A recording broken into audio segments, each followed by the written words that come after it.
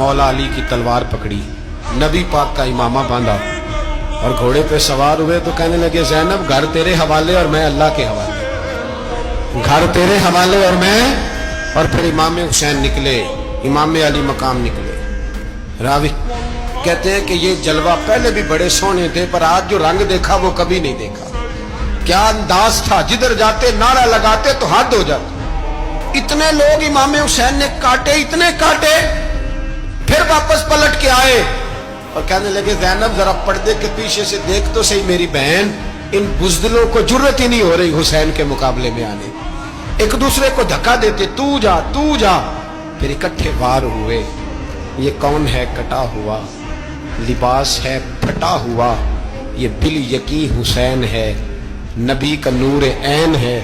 फिर चारों जानिब से तीर बरसे। तो इमाम अली मकाम चूंकि नमाज का वक्त हो गया था, हजरत अली असगर को तो अचानक उठाया था इमाम हुसैन, बाहर निकले तो गर्दन पे तीर लगा तो 6 महीने का बच्चा वो भी शहीद हुआ। खून उछाला आसमान की तरफ तो कहा मौला देख ले, मैंने 6 महीने वाला भी नहीं बचाया, वो भी दे दिया है।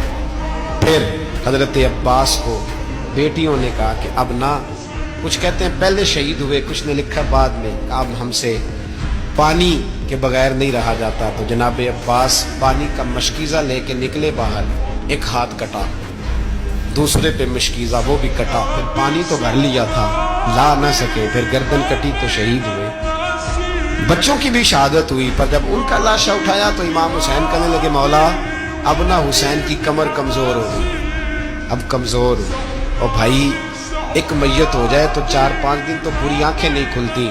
कैसा जर्री खानदान है।